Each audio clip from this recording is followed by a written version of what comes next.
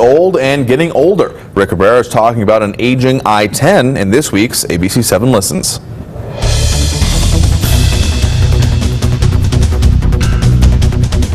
"55 years old may not be old in human years, but in highway years, it definitely is." And that's the situation facing Interstate 10 here in El Paso. From Daniel.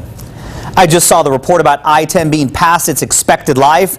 I remember several years ago, 1990s maybe, that there were always lanes on I-10 east of downtown being closed down for repairs. Didn't these repairs do anything to lengthen the life of the highway?"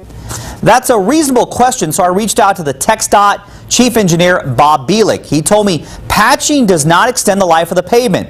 That simply makes it safe to drive. He goes on to say, "The main issue is that the pavement is more than 55 years old, was designed for trucks weighing a maximum of 72,000 pounds, and an average daily traffic of about 100,000 vehicles per day. Today, that pavement is subjected to truck loadings of 80,000 pounds and an average daily traffic of more than 200,000 vehicles per day."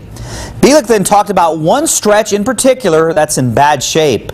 The depressed section in downtown El Paso was overlaid years ago with the concrete overlay bonded to the original concrete pavement with epoxy. Recent tests indicate that the epoxy is no longer viable, and when it rains, water is intruding both below the original pavement and between that pavement and the overlay.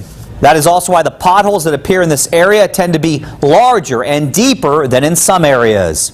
For now, the plan is to get the Go 10 West project and the Border West Expressway completed in the next 7 to 8 years. Then at that point, and with I-10 now being closer to 65 years old, the process of replacing it could begin.